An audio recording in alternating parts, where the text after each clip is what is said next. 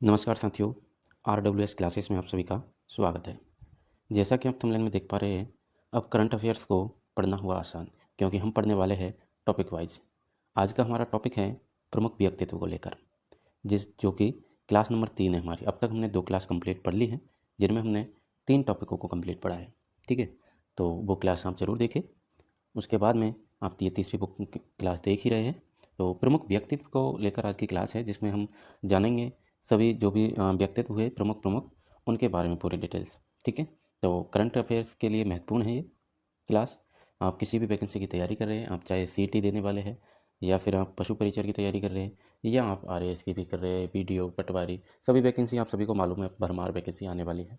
तो आप जिसकी भी तैयारी करें, अरे मैं तो कहता हूँ आप SSC की भी तैयारी कर रहे हैं ना, तो उसमें भी आपके काम की ये क्लास रहने वाली है। आप CGL की तैयारी कर रहे हैं, आप रेलवे की तैयारी कर रहे हैं, जिसकी भी आप तैयारी कर रहे हैं, उन सभी के लिए अगर करंट अफेयर्स कहीं पूछा जाता है तो प्रमुख व्यक्तित्व वाली ये क्लास आपके लिए महत्वपूर्ण होने वाली है। ठीक है, तो बढ़े आगे। चैनल को सब्सक्राइब जरूर करें साथियों। जो साथी नए जुड़े हैं, चैनल को सब्सक्राइब करें और एक बार प्लेलिस्ट पर जाकर विजिट जरूर करें। करंट अफेयर्स के लिए डेली आपको जो है शॉर्ट वीडियो दी जाती है, वो ज़रूर देखें, क्योंकि वहाँ से आपको सीधा सीधा प्रश्न देखने को मिलेगा। ठीक है, बाकी आपको जो है राजस्थान GK का तैयारी करवाई जा रही है RWS फैक्ट के माध्यम से। जैसे भी आपको क्लास देना संभव होता है, मैं कोशिश करता हूँ, देता हूँ। ठीक है, तो चलिए करते हैं शुरू बिना टाइम वेस्ट करवाए। आ जाइए, ये है आपके अध्याय नंबर 3, प्रमुख व्यक्तित्व। ठीक है, तो जूम कर लेते हैं और फिर मैं आपके साथ करते हैं इसको कंप्लीट। ठीक है, तो कर्पूरी ठाकुर को मरणोपरांत भारत रत्न पुरस्कार मिला, आप सभी को पता है। नहीं पता तो अब जान लेंगे आप। ठीक है, तो कर्पूरी ठाकुर जो कि प्रमुख व्यक्तित्व के रूप में रहे, जिन्हें मरणोपरांत भारत रत्न मिला, पहली बात तो ये याद रखिए। ठीक है, तो भारत रत्न कब मिला? मरणोपरांत मिला कर्पूरी ठाकुर को।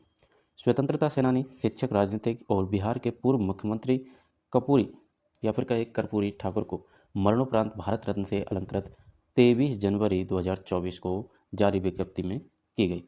यानी कि 23 जनवरी 2024 को जो है इन्हें भारत रत्न दिया गया। कर्पूरी ठाकुर का जन्म 24 जनवरी 1924 को पिंतौजिया यानी कि अब कर्पूरी ग्राम में हुआ था। पहले पिंतौजिया नाम था, अब उसे कर्पूरी ग्राम कहा जाता है। ठीक है, बात करें 1952 में, यह पहली विधानसभा में जीतने के बाद कभी चुनाव नहीं हारे इनके बारे में। तो 1952 में पहली विधानसभा में जीते और उसके बाद में कभी भी चुनाव नहीं हारे। कर्पूरी ठाकुर 2 बार बिहार के मुख्यमंत्री और 1 बार बिहार के उप मुख्यमंत्री रहे। वर्ष 1967 में उप मुख्यमंत्री बनने पर उन्होंने अंग्रेजी की अनिवार्यता समाप्त की और फरवरी 1988 में उनका निधन हो गया था। तो निधन कब हुआ इनका? फरवरी 1988 में। वह सर्वोच्च नागरिक सम्मान पाने वाले बिहार के तीसरे व्यक्ति होंगे। और कौन से नंबर के व्यक्ति हैं जो सर्वोच्च नागरिक सम्मान पाने वाले व्यक्ति हैं? वो में तीसरे नंबर के व्यक्ति थे। उनसे पहले प्रथम राष्ट्रपति डॉक्टर राजेंद्र प्रसाद जी और लोकनायक जयप्रकाश नारायण को यह सम्मान दिया गया था।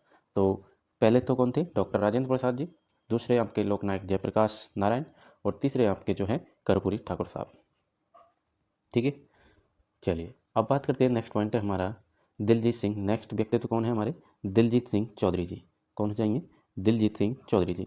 इसी प्रकार से करंट को पढ़ा जाता है मेरे दोस्त। इसमें समझाने वाले या कुछ ऐसी तो कोई बात है नहीं, है ना। तो सीधा सीधा पढ़ना है और याद करना है। ठीक है, तो वही काम अपन कर रहे हैं। बस ये है कि आपके सामने जो कंटेंट है वो बेहतरीन है और एक सिस्टम से जमाया हुआ है, तो वो लाभ आपको यहाँ मिलेगा। ठीक है, केंद्र सरकार ने वरिष्ठ IPS अधिकारी दलजीत सिंह चौधरी को सशस्त्र सीमा बल SSB का नया महानिदेशक जनवरी 2024 में नियुक्त किया। तो दलजीत सिंह चौधरी जी को सशस्त्र सीमा बल SSB का नया महानिदेशक नियुक्त किया गया। कब किया गया? तो जनवरी 2024 में। SSB की स्थापना कब हुई? तो 1962 में भारत और चीन के युद्ध के बाद जो है 1963 में स्थापना की गई थी। 1962 में भारत चीन युद्ध हुआ और उसके बाद में जो है SSB की स्थापना की गई, यानी 1963 में, याद रखिएगा। और दलजीत सिंह चौधरी को क्यों पढ़ रहे हो? क्योंकि इन्हें जनवरी 2024 में SSB यानी सशस्त्र सीमा बल का महानिदेशक नियुक्त किया गया। SSB नेपाल भूटान के साथ लगी रत की सीमाओं की रक्षा करती है। ठीक है साहब, तो इसमें आपको ज़्यादा क्या याद रखना है? आपको इतना याद रखना है कि पूछा क्वेश्चन कैसे बनेगा आपसे। क्वेश्चन ऐसे बनेगा मेरे दोस्त कि जनवरी 2024 में SSB यानी सशस्त्र सीमा बल का नए का नया महानिदेशक किसे नियुक्त किया गया? ये क्वेश्चन आपका एग्जाम में सीधा सीधा बनेगा इस प्रकार से। बाकी आपसे इस प्रकार से नहीं पूछा जाएगा, ये नहीं पूछा जाएगा, ये बस आपके लिए जानकारी के लिए आप पढ़ेंगे कि भाई एसएसबी की स्थापना कब हुई थी, तो 1963 में हुई। ये आपकी जानकारी के लिए है। बाकी क्वेश्चन एग्जाम में क्वेश्चन कहाँ से बनेगा? एग्जाम में क्वेश्चन बनेगा ये कि दलजीत सिंह चौधरी को जनवरी 2024 में नियुक्त किया गया सशस्त्र सीमा बल का नया महानिदेशक के रूप में। ठीक है, चलिए।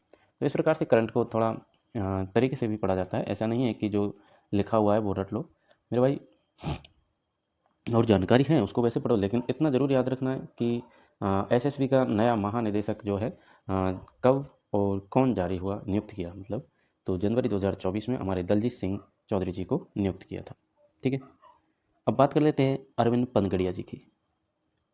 केंद्र सरकार ने नीति आयोग के पूर्व उपाध्यक्ष और कोलंबिया यूनिवर्सिटी के प्रोफेसर अरविंद पनगड़िया को 16वें वित्त आयोग का अध्यक्ष 31 दिसंबर 2023 को नियुक्त किया। तो कब नियुक्त किया था? 31 दिसंबर 2023 को। तो क्वेश्चन कैसे बनेगा कि 16वें वित्त आयोग का अध्यक्ष किसे नियुक्त किया और कब किया? या तो सीधा ऐसे बनेगा कि 31 दिसंबर 2023 को 16वें वित्त आयोग का अध्यक्ष किसे नियुक्त किया। तो हमसे सीधा सीधा ऑप्शन में आपको अरविंद पनगड़िया जी देखने को मिलेंगे। या आपसे पूछा जा सकता है कि अरविंद पनगड़िया जी को कौन से वित्त आयोग का अध्यक्ष नियुक्त किया है? इस प्रकार से क्वेश्चन बनेगा। या फिर आपसे पूछा जाएगा कि अरविंद पनगड़िया जी को 16वें वित्त आयोग का अध्यक्ष चुना गया, नियुक्त किया गया, तो वो कब नियुक्त किया गया? तो 31 दिसंबर 2023। ये चीज़ें आपको याद रखनी होगी। ठीक है, 16वें वित्त आयोग के अध्यक्ष 31 दिसंबर 2023 अरविंद पनगड़िया जी। ऋत्विक रंजनम पांडे को वित्त आयोग का सचिव बनाया गया है और 31 जनवरी 2024 को केंद्र सरकार ने 16वें वित्त आयोग के लिए 4 सदस्यों की नियुक्ति की है। अजय नारायण झा विशेष व्यय सचिव यानी जॉर्ज मैथ्यू और अर्थ ग्लोबल के कार्यकारी निदेशक डॉक्टर निरंजन राज्याध्यक्ष को पूर्णकालिक के रूप सदस्य के रूप में तथा स्टेट बैंक ग्रुप के मुख्य आर्थिक सलाहकार सौम्या कांति घोष अंशकालिक सदस्य के रूप में शामिल है। 16वें वित्त आयोग का कार्यकाल 1 अप्रैल 2026 में अगले 5 वर्ष के लिए होगा। आयोग 31 अक्टूबर 2025 तक राष्ट्रपति को अपनी रिपोर्ट सौंपेगा। 16वां वित्त आयोग वर्ष 2026-27 में 2030-31 के लिए सिफारिशें देगा। अरविंद पनगड़िया जी जनवरी 2015 से अगस्त 2017 तक नीति आयोग के पहले अध्यक्ष रह चुके हैं। तो पहले किसके अध्यक्ष रह चुके हैं अरविंद पनगड़िया जी? नीति आयोग के अध्यक्ष रह चुके हैं। ठीक है, 2015 से 2017 तक। जबकि बात करें वित्त आयोग के 16वें वित्त आयोग के अध्यक्ष कब नियुक्त किए? तो 31 दिसंबर 2023 को। ठीक है, चलिए। वित्त आयोग एक संवैधानिक संस्था है जिसका गठन संविधान के अनुच्छेद 280 के तहत किया जाता है। तो वित्त आयोग क्या है? एक संवैधानिक संस्था है जिसका गठन कैसे किया? संविधान के अनुच्छेद 280 के तहत किया जाता है। ठीक है, चलिए। इसी प्रकार से हम पूरी करंट को कंप्लीट करने वाले हैं, तो चिंता मत करिए, बेहतरीन तरीके से। 15वें वित्त आयोग का गठन 27 नवंबर 2017 को किया गया। तो ये भी आपसे पूछा जा सकता है कि 15वें वित्त आयोग का गठन कब किया गया? तो 27 नवंबर 2017 को। ये एक जीके के तौर पर आपसे पूछा जा सकता है। 2020-21 और 2025-26 तक वर्ष यानी 6 वर्ष की अवधि के लिए अपनी सिफारिशें दी थी और 15वें वित्त आयोग के अध्यक्ष थे एन.के. सिंह। एन.के. सिंह 15वें वित्त आयोग के अध्यक्ष। 16वें वित्त आयोग के अध्यक्ष कौन? अरविंद पनगड़िया जी। ठीक है, चलिए। अब बात कर लेते हैं अपने इंद्रमणि पांडे जी के बारे में। इंद्रमणि पांडे जी भारतीय राजनयिक इंद्रमणि पांडे ने 7 सदस्यीय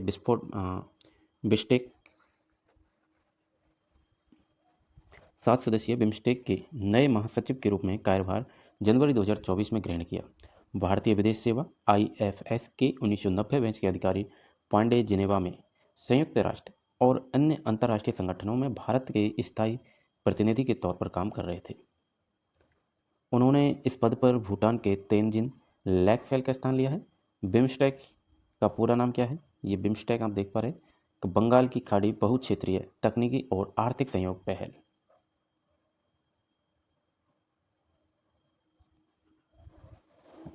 वे of Bengal initiative for multi sectoral technical and economic cooperation.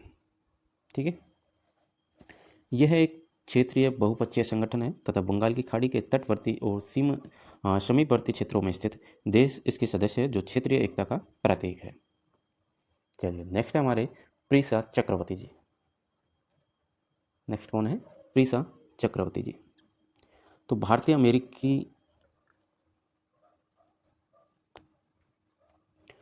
अमेरिकी छात्र छात्रा प्रीसा चक्रवर्ती को Johns Hopkins Center for Talented Youth CTY ने दुनिया के सबसे प्रतिभाशाली छात्रों की सूची में शामिल किया है। तो दुनिया के सबसे प्रतिभाशाली छात्रों की सूची में शामिल कौन हुए है?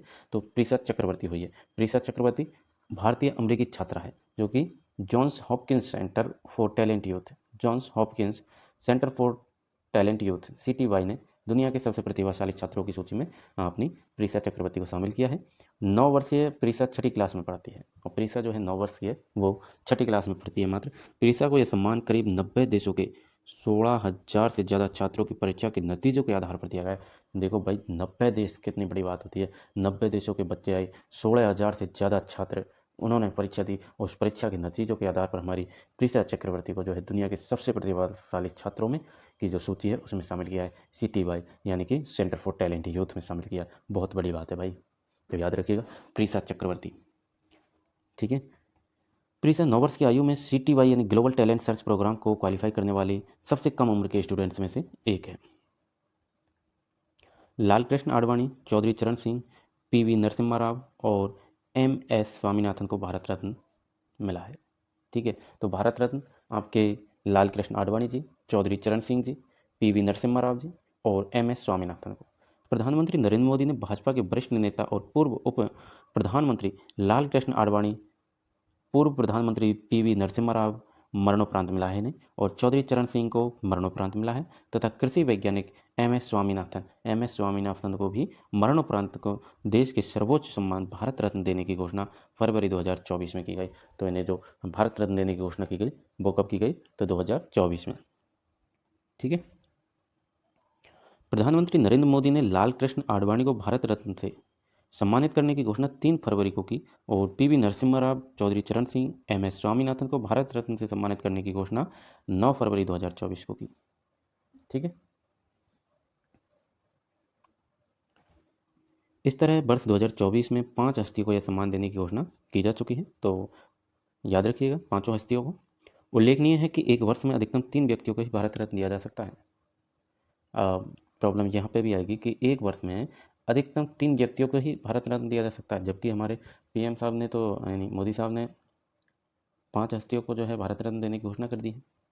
तो वर्ष 2023 तक देश विदेश की कुल 48 हस्तियों को ही भारत रत्न से सम्मानित किया जा चुका था। वर्ष 2024 में 5 हस्तियों को सम्मानित करने के पश्चात यह संख्या जो है कितनी हो गई? 53 हो गई। तो 2024 में जो है आपके 5 हस्तियों को सम्मान मिला है, उससे पहले 48 हस्तियों को था। ठीक है, तो अब कितनी हस्ती हो गई? टोटल कितनी हो गई? 53। याद रखना, 53 हस्तियों को जो है भारत रत्न सम्मान मिल चुका है। अब बात कर लेते हैं राहुल सिंह के बारे में।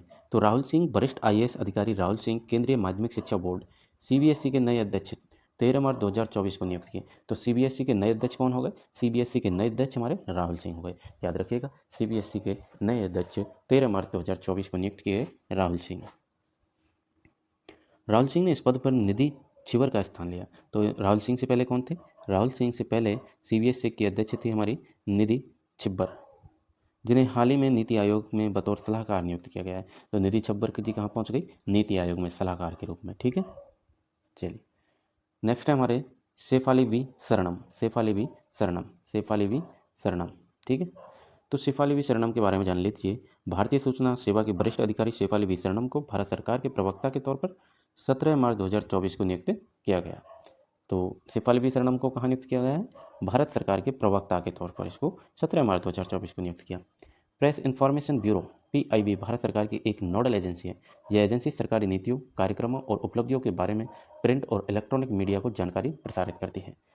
ठीक है, तो अपनी जो है शेफाली वी शरणम जो है भारत सरकार के प्रवक्ता के रूप तौर पर कार्य करेंगी, नियुक्त की जा चुकी है 17 मार्च 2024 को। नेक्स्ट है हमारे नवनीत कुमार सहगल। केंद्रीय सूचना एवं प्रसारण मंत्रालय द्वारा जारी एक आदेश के अनुसार राष्ट्रपति ने चयन समिति की सिफारिश पर नवनीत कुमार सहगल को प्रसार भारती बोर्ड के अध्यक्ष के रूप में नियुक्त किया है। इन्होंने इस पद पर A सूर्यप्रकाश का स्थान लिया। तो नवनीत कुमार सहगल ने किसका स्थान लिया है? A सूर्यप्रकाश का। सहगल 3 वर्ष यानी 70 वर्ष, 3 वर्ष या फिर 70 वर्ष की आयु तक जो भी पहले हो उस अवधि तक पद पर बने रहेंगे।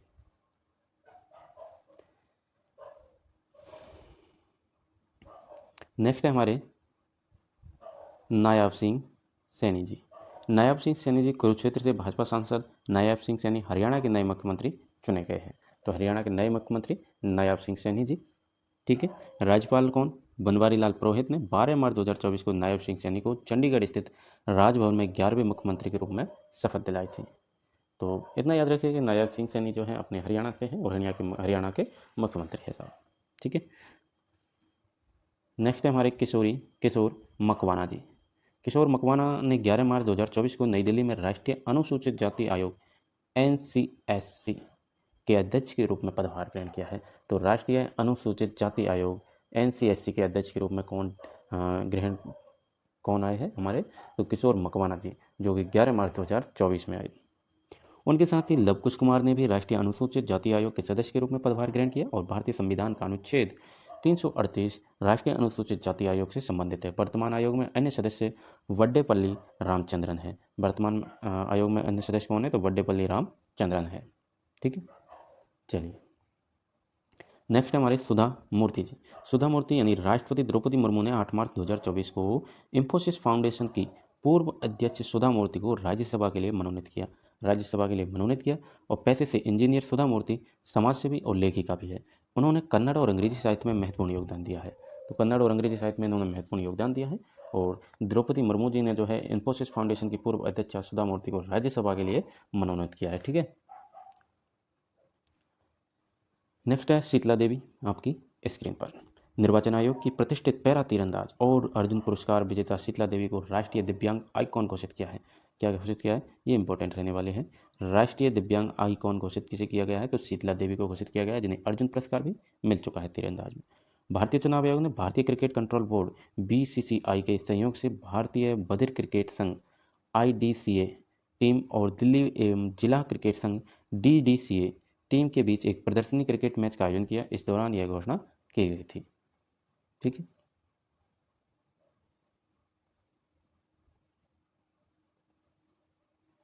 चलिए शीतला देवी को पढ़ लिया। अब देखेंगे हम सुमन कुमारी जी के बारे में।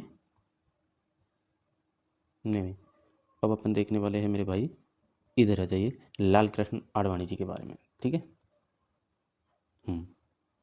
आ जाइए। चलिए तो लाल कृष्ण आडवाणी जी के बारे में चर्चा कर लेते हैं। लाल कृष्ण आडवाणी जी का जन्म 8 नवंबर 1927 को वर्तमान में पाकिस्तान के कराची में हुआ था। यानी वर्तमान में पाकिस्तान में कराची आता है। ठीक है। तो 8 नवंबर 1927 को इनका जन्म हुआ। आडवाणी 5 बार लोकसभा और 4 बार राज्यसभा के सदस्य रहे। वह पहली बार वर्ष 1977 से 1979 तक केंद्रीय सरकार में कैबिनेट मंत्री बने।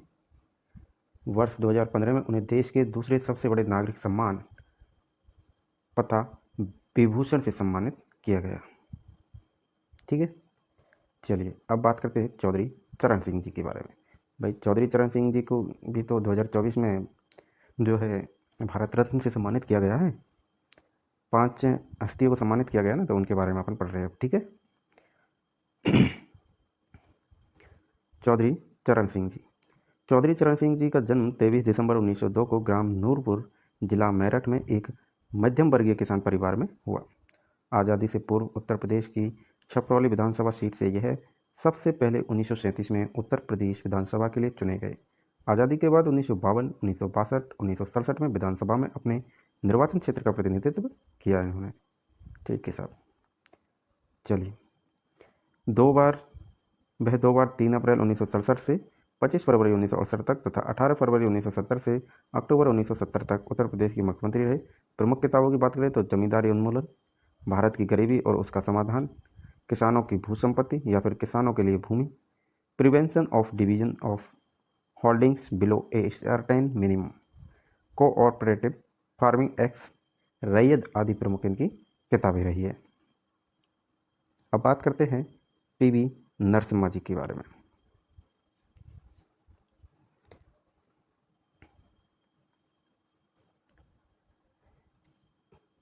PV नरसिम्हा जी। PV नरसिम्हा राव पामुलपर्ती वेंकट नरसिम्हा राव। PV नरसिम्हा राव जी का पूरा नाम क्या है? पामुलपर्ती वेंकट नरसिम्हा राव का जन्म 28 जून 1921 को करीमनगर में हुआ था। पेशे से कृषि विशेषज्ञ व वकील रहे।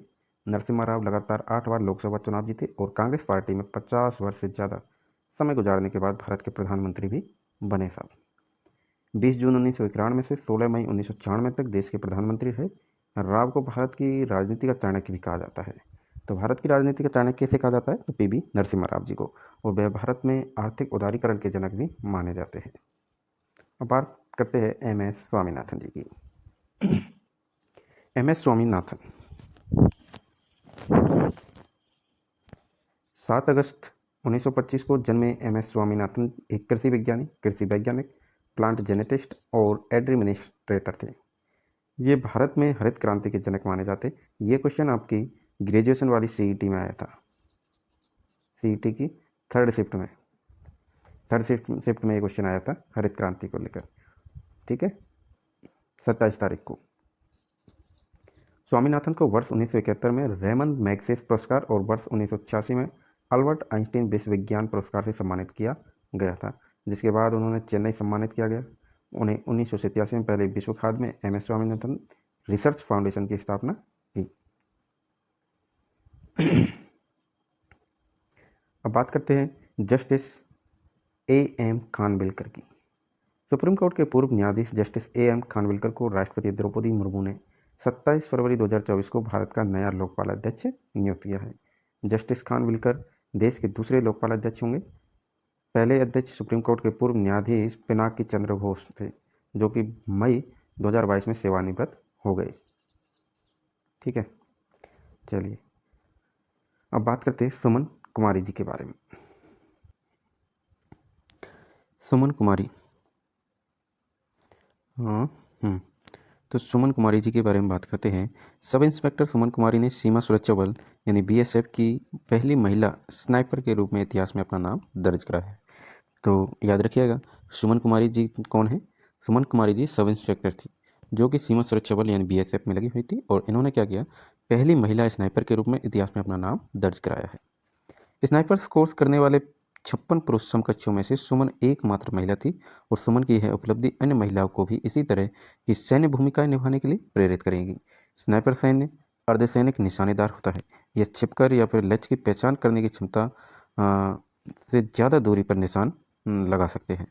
तो ये होते हैं अपने स्नाइपर, जो कि छिपकर और किसी भी मिशन इनको दिया जाता है। तो कई भाषाओं में स्नाइपर्स को शिकारी भी कहा जाता है। स्नाइपर्स को क्या कहा जाता है? शिकारी भी कहा जाता है। तो सुमन कुमारी जी कौन बन गई? ये मान लीजिए हम, सुमन कुमारी जी शिकारी बन गई। सुमन कुमारी जी हमारी स्नाइपर बनी है, जो कि पहली महिला बनी है। ठीक है, नेक्स्ट है हमारे बिल कश्मीर जी। बिल कश्मीर नहीं, बिल कश्मीर, लेकिन कश्मीर से ही रिलेटेड। भारतीय वाटर स्पोर्ट्स खिलाड़ी जम्मू कश्मीर की बिल कश्मीर इस वर्ष के ग्रीष्मकालीन ओलंपिक में जूरी सदस्य के रूप में भारत का प्रतिनिधित्व करने वाली भारत की पहली महिला बन गई है। बिल कश्मीर कहाँ की? जम्मू कश्मीर की। ठीक है, तो कश्मीर वो आ ही रहा है कश्मीर। ठीक है, याद रहेगा, कोई दिक्कत नहीं है।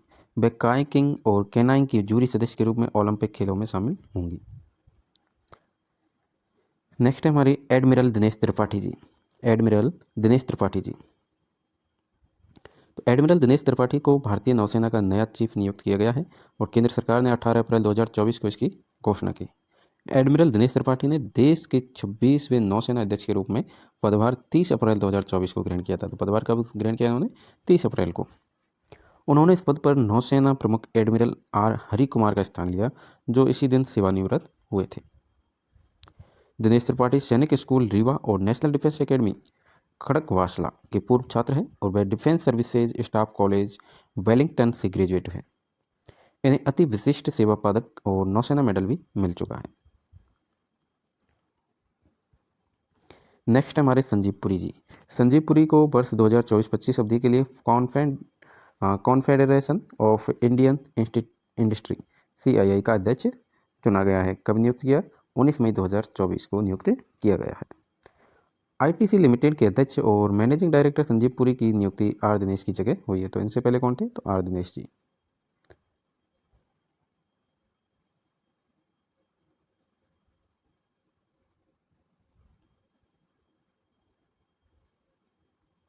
ठीक है, अब बात करते हैं अपन इंदासिस नौरंगा जी की। किसकी बात करते हैं? इंदासिस नौरंगा जी। तो मेघालय सुरक्षा आयोग ने भारतीय पुलिस मेवा की वरिष्ठ अधिकारी इदासिसा नौरांग को मेघालय की पहली महिला डीजीपी नियुक्त किया है 11 मई 2024 को। कब नियुक्त किया? पहली महिला डीजीपी 11 मई 2024 को। कहाँ की? तो मेघालय की। किसको? इदासिस नौरंगा को। नौगरांग, ठीक है। इन्होंने इस पद पर डॉक्टर लज्जाराम बिश्नोई का स्थान लिया है, जो कि 19 मई 2024 को सेवानिवृत्त हो गए। 1992 में बैच की आईपीएस अधिकारी ऑफिसर इदासिसा नौगरांग खासी जनजाति से ताल्लुक रखती है। खासी जनजाति मेघालय के 3 प्रमुख आदिवासी समुदायों में से एक है। ठीक है, चलिए अब आ जाइए इधर जस्टिस संजय कुमार मिश्रा की ओर। तो जस्टिस संजय कुमार मिश्रा के बारे में जान लेते हैं। केंद्रीय वित्त मंत्री निर्मला सीतारमण ने न्यायमूर्ति सेवा संजय कुमार मिश्रा को चस्तु एवं सेवाकर अपीलीय न्यायाधिकरण goods and service tax appellate tribunal GST के पहले अध्यक्ष के रूप में 6 मई 2024 को शपथ दिलाई है। न्यायमूर्ति संजय कुमार का चयन भारत के मुख्य न्यायाधीश की अध्यक्षता वाली समिति ने किया और संजय कुमार मिश्रा झारखंड उच्च न्यायालय के पूर्व मुख्य न्यायाधीश रह चुके हैं। तो कहाँ के न्यायाधीश रह चुके हैं? झारखंड उच्च न्यायालय के। ठीक है, संजय कुमार मिश्रा जी। बात करते हैं सुशील कुमार मोदी जी की। तो बिहार के पूर्व उप मुख्यमंत्री और राज्यसभा सांसद सुशील कुमार मोदी का दिल्ली एम्स में इलाज के दौरान 13 मई 2024 को निधन हो गया। 72 वर्ष के थे। 13 मई 2024 को निधन हो गया सुशील कुमार मोदी जी का। सुशील बिहार में 70 के दशक के जेपी आंदोलन से राजनीति में आए थे। इसके बाद वह राष्ट्रीय स्वयंसेवक संघ आरएसएस से जुड़े रहे। सुशील मोदी 2005, 2013 और 2017-20 के दौरान बिहार के वित्त मंत्री भी रह चुके हैं। ठीक है, अब बात करते हैं अपन काम्या कीर्तिकेयन जी के बारे में। काम्या कीर्तिकेयन मुंबई निवासी काम्या कीर्तिकेयन नेपाल की ओर से दुनिया की सबसे ऊंची पर्वत चोटी माउंट एवरेस्ट फतह करने वाली सबसे कम उम्र की भारतीय बन गई है। उन्होंने यह उपलब्धि 16 वर्ष की आयु में हासिल कर ली। सोचो भाई, 16 वर्ष की एज में काम्या कार्तिकेयन ने कहाँ चढ़ी? ऊंची पर्वत चोटी, आप सभी जानते हैं, माउंट एवरेस्ट फतह किया। क्या बात है।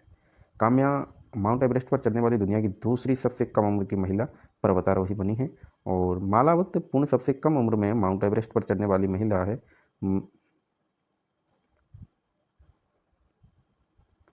वह 13 वर्ष की उम्र में माउंट एवरेस्ट की चोटी पर पहुंची थी। देखो, मालावत पूर्ण जो कि 13 वर्ष की एज में माउंट एवरेस्ट की चोटी पर पहुंच गए। और हाँ, आप लोग जो है देख लो अपनी उम्र और कहाँ पड़े हो। ज्योति रात्रे 55 वर्षीय भारतीय पर्वतारोही ज्योति रात्रे 19 मई 2024 को दुनिया की सबसे ऊंची चोटी माउंट एवरेस्ट पर चढ़ाई करने वाली सबसे उम्रदराज भारतीय महिला बनी। 55 वर्ष की एज में भी चढ़ गई ज्योति रात्रे। और 16 वर्ष की एज में कौन? काम्या कार्तिकेयन। 13 वर्ष की एज में कौन? मालावत देखो 13 वर्ष की एज में चढ़ी। काम्या कार्तिकेयन 16 वर्ष की एज में चढ़ी। और बात करें ज़्यादा की तो ज्योति रात्रे 55 वर्ष की एज में 19 मई 2024 को माउंट एवरेस्ट पर चढ़ी। भोपाल की ज्योति ने दूसरे प्रयास में 8,848.86 मीटर की ऊंचाई पर जाकर नया रिकॉर्ड कायम किया था। नेक्स्ट है हमारे गोपी थोटाकुरा जी। तो उद्यमी एवं पायलट गोपी थोटाकुरा अंतरिक्ष की यात्रा करने वाले पहले भारतीय होंगे। अंतरिक्ष की यात्रा करने वाले पहले भारतीय कौन है? गोपी थोटाकुरा, जो कि व्यवसाय करते हैं, उद्यमी और पायलट है। ठीक है। अमेजन के संस्थापक जेफ बेजोस की स्पेस कंपनी ब्लू ओरिजिन ने 6 व्यक्तियों को न्यू शेफर्ड रॉकेट से 19 मई 2024 को अंतरिक्ष में भेजा। इनमें आंध्र प्रदेश के पायलट और एंटरप्रेन्योर गोपी थोटाकुरा भी शामिल है। ब्लू ओरिजिन की 7वीं ह्यूमन स्पेस फ्लाइट NS-25 पश्चिम टेक्सास में लॉन्च सैटेलाइट से रवाना हुई। 30 वर्षीय गोपी अंतरिक्ष में बतौर पर्यटक बनकर जाने वाले पहले भारतीय वंशी बने हैं। ठीक है, चलिए अब बात कर लेते हैं करीना कपूर जी की। तो Kareena Kapoor United nation international children emergency fund India ने बॉलीवुड एक्ट्रेस करीना कपूर खान को नेशनल ब्रांड एम्बेसडर 4 मई 2024 को नियुक्त किया। यानी कि करीना कपूर को 4 मई 2024 को नेशनल ब्रांड एम्बेसडर बनाया है in United Nations international children emergency fund के। ठीक है। अब बात करते हैं ओम बिरला जी के बारे में। ओम बिरला की बात हो और कोटा ना आए, ऐसा हो सकता है क्या? तो राजस्थान की कोटा लोकसभा सीट से भाजपा सांसद ओम बिरला 18वीं 18वीं लोकसभा के अध्यक्ष चुने गए हैं। 18वीं लोकसभा के अध्यक्ष के चयन की प्रक्रिया प्रोटेम स्पीकर भर्तृहरि मेहताब द्वारा स्पीकर के चुनाव की घोषणा के साथ 26 जून 2024 को शुरू हुई। ओम बिरला लगातार दूसरी बार लोकसभा अध्यक्ष बनने वाले देश के 5वें नेता बने हैं। ओम बिरला से पहले 1956 से 1962 तक M.A. अयंगर, 1972 से 1975 तक G.S. ढिल्लों और 1980 से 1989 तक बलराम जाखड़ जी, 1998 से 2000 तक बाल योगी लोकसभा अध्यक्ष रहे, जिन्होंने लगातार 2 लोकसभाओं की अध्यक्षता की। बिरला भाजपा के पहले ऐसे सांसद हैं जो लगातार दूसरी बार अध्यक्ष बने हैं। 1962 में जन्मे ओम बिरला राजस्थान की कोटा दक्षिण सीट से 2003 से 2014 तक विधायक भी रह चुके हैं। वर्ष 2014 में पहली बार कोटा सीट से सांसद चुने गए थे। इसके बाद 2019 और वर्ष 2024 में भी सांसद चुने गए हैं। बिरला इस बार कोटा संसदीय सीट से कांग्रेस के प्रहलाद गुंजल को चुनाव हराकर लोकसभा पहुंचे। 18वीं लोकसभा के प्रथम सत्र के आरंभ में राष्ट्रपति द्रौपदी मुर्मू ने भाजपा सांसद भर्तृहरि मेहताब को प्रोटेम स्पीकर के रूप में शपथ दिलाई, जिन्होंने सभी नवनिर्वाचित लोकसभा सदस्यों को शपथ दिलवाई थी। साहब, प्रोटेम स्पीकर की नियुक्ति राष्ट्रपति द्वारा संविधान के अनुच्छेद 95(1) के तहत की जाती है। वह लोकसभा अध्यक्ष के चुनाव तक लोकसभा के पीठासीन अधिकारी के कर्तव्यों का निर्वहन करता है। भर्तृहरि मेहताब ओडिशा की कटक सीट से लगातार 7 बार के सांसद हैं और उन्होंने 1998 में पहली बार कटक सीट से चुनाव लड़ा था। अब बात करते हैं हमारे सबसे लोकप्रिय राहुल गांधी जी के बारे में। राहुल गांधी जी के बारे में भारतीय राष्ट्रीय कांग्रेस के नेता और सांसद राहुल गांधी को लोकसभा में नेता प्रतिपक्ष चुना गया है। तो प्रतिपक्ष का नेता राहुल गांधी जी को चुना गया है। वर्ष 2014 में मोदी सरकार के बनने के बाद पिछले लगभग 10 वर्ष से लोकसभा में नेता प्रतिपक्ष का पद रिक्त रहा। नेता प्रतिपक्ष को कैबिनेट मंत्री का दर्जा प्राप्त होता है। तो जो नेता प्रतिपक्ष होता है उसे कैबिनेट मंत्री का दर्जा प्राप्त होता है, यानी कि अब फिलहाल आपके राहुल गांधी के पास है। नियमों के अनुसार नेता प्रतिपक्ष बनने के लिए लोकसभा की सीटों के 10% यानी कि 54 सांसद आपके पास होने चाहिए, तब जाके आप जो है नेता प्रतिपक्ष बनेंगे। ठीक है। नेक्स्ट है हमारे जनरल उपेंद्र द्विवेदी जी। जनरल उपेंद्र द्विवेदी ने भारत के 30वें सेनाध्यक्ष के रूप में अपना कार्यभार 30 जून 2024 को ग्रहण किया। इन्होंने इस पद पर army chief general Manoj Pande से पदभार ग्रहण किया, जिनका कार्यकाल 30 जून 2024 को समाप्त हो गया। इन्हें परम विशिष्ट सेवा मेडल और अति विशिष्ट सेवा मेडल से सम्मानित किया जा चुका है। तो जनरल उपेंद्र द्विवेदी जी को परम विशिष्ट सेवा मेडल और अति विशिष्ट सेवा मेडल, ये 2 मेडल मिल चुके हैं। ठीक है, चलिए नेक्स्ट है हमारे सुरमा प्राड़ी जी। सुरमा प्राड़ी जी भारतीय जनता पार्टी की वरिष्ठ नेता सुरमा प्राड़ी जी ने 20 जून 2024 को ओडिशा विधानसभा अध्यक्ष का पदभार संभाला और पेशे से वकील सुरमा प्राड़ी प्रमिला मलिक के बाद विधानसभा अध्यक्ष बनने वाली दूसरी महिला बन चुकी है। नेक्स्ट की बात करें तो नेक्स्ट है हमारी तेसम पोंगटे। तेसम पोंगटे भारतीय जनता पार्टी यानी भाजपा के विधायक तेसम पोंगटे को सर्वसम्मति से अरुणाचल प्रदेश की 8वीं विधानसभा के लिए अध्यक्ष नियुक्त किया गया है, चुना गया है 15 जून 2024 को। वह राज्य की चांगलांग उत्तर सीट से विधायक है और वह तीसरी बार विधायक बने हैं। राज्य की लिकावली सीट से भाजपा विधायक का नियग्योर को सदन का उपाध्यक्ष चुना गया है। अरुणाचल प्रदेश की 8वीं विधानसभा के सदस्यों को प्रोटेम स्पीकर नीनोंग एरिंग ने शपथ दिलाई। बात करें अब पीवी सिंधु जी की, ये इंपॉर्टेंट रहने वाली है। पीवी सिंधु, याद रखिएगा, आगामी परीक्षाओं में इनसे रिलेटेड क्वेश्चन आपको देखने को मिलेगा, इंपॉर्टेंट है। तो स्वास्थ्य एवं परिवार कल्याण मंत्रालय ने भारतीय बैडमिंटन खिलाड़ी सुश्री पीवी सिंधु को तंबाकू नियंत्रण के ब्रांड एम्बेसडर के रूप में नामित किया है। तो तंबाकू नियंत्रण के ब्रांड एम्बेसडर के रूप में अपने पीवी सिंधु जी को नामित किया गया है।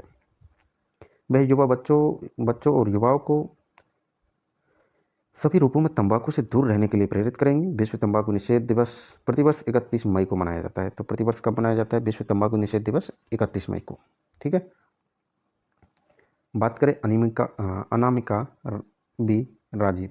भारतीय नौसेना में 22 सप्ताह के गहन प्रशिक्षण के बाद sub lieutenant Anamika B Rajeev golden wings का तमगा लेकर पहली महिला हेलीकॉप्टर पायलट बन गई है। तो गोल्डन विंग्स का तमगा लेकर जो पहली महिला हेलीकॉप्टर पायलट बनी हमारी अनामिका वीराजी। अब बात करें जैसा तो आप कुछ भी कहो, देखो मुझे तो ये लगता है ना, किसने बना दिया इसको, लेकिन क्या कहिए, पैसा हो तो क्या कुछ नहीं हो सकता। हाँ, 27 अगस्त 2024 को भारतीय क्रिकेट कंट्रोल बोर्ड बीसीसीआई के सचिव जैसा निर्विरोध अंतर्राष्ट्रीय क्रिकेट काउंसिल आईसीसी के अध्यक्ष चुने गए। अरे क्यों चुन रहे हो भाई, इसको आराम करने दो, कहीं अपना बिजनेस वगैरह संभाले। यहाँ क्या कर रहा है ये बीसीसीआई आईसीसी, इनमें इसका क्या काम है, लेकिन ले रही है सरकार ज़बरदस्ती, क्योंकि पैसा है। 35 वर्षीय जैसा आईसीसी इतिहास में सबसे युवा अध्यक्ष है और वह इस पद पर वर्तमान अध्यक्ष न्यूजीलैंड के ग्रेग बार्कले का स्थान लेंगे, जिनका कार्यकाल 30 नवंबर 2024 को समाप्त हो रहा है। शाह 1 दिसंबर 2024 को अध्यक्ष पद संभालेंगे। राहुल नवीन की बात करें तो राहुल नवीन, केंद्र सरकार ने भारतीय राजस्व सेवा IRS के अधिकारी राहुल नवीन को प्रवर्तन निदेशालय का पूर्णकालिक निदेशक नियुक्त किया है। उनका कार्यकाल पदभार ग्रहण करने की तारीख से 2 वर्ष को अवधि के लिए या अगले आदेशों तक जो भी पहले हो प्रभावी होगा। बात करें विकास लखेड़ा जी की, तो विकास लखेड़ा यानी लेफ्टिनेंट जनरल विकास लखेड़ा ने 1 अगस्त 2024 को असम राइफल्स के महानिदेशक का पदभार ग्रहण किया। तो असम राइफल्स के महानिदेशक का पदभार किसने ग्रहण किया है, तो विकास लखेड़ा जी ने। विकास लखेड़ा जी कौन है, लेफ्टिनेंट जनरल। ठीक है, कब किया, 1 अगस्त 2024 को किया। असम राइफल्स को पूर्वोत्तर क्षेत्र के प्रहरी के रूप में भी जाना जाता है। तो पूर्वोत्तर क्षेत्र के प्रहरी के रूप में असम राइफल्स को जाना जाता है और असम राइफल्स के महानिदेशक कौन, लेफ्टिनेंट जनरल विकास लखेड़ा जी। 1 अगस्त 2024 को इन्होंने पद ग्रहण किया। तो साथियों, ये थी आज की करंट की क्लास। बहुत बढ़िया तरीके से अपन ने पढ़ी और क्लास में उम्मीद करता हूँ आपको अच्छी लगी होगी जानकारी। तो वीडियो को लाइक कीजिए और अपनी प्रतिक्रिया जरूर दें, कमेंट करिए। नए साथी चैनल को सब्सक्राइब कर ले। इसी तरह हम करंट अफेयर्स को जो है कंप्लीट करेंगे बहुत ही जल्द। और प्रमुख व्यक्तित्व आज हमारा हो गया, तो टॉपिक वाइज हम पढ़ने वाले हैं इसको, तो चिंता मत करिए। क्लास नंबर 4 में मिलते हैं नेक्स्ट वीडियो में। तब तक के लिए जय हिंद, जय भारत। चैनल को सब्सक्राइब जरूर करें साथियों। Thank you.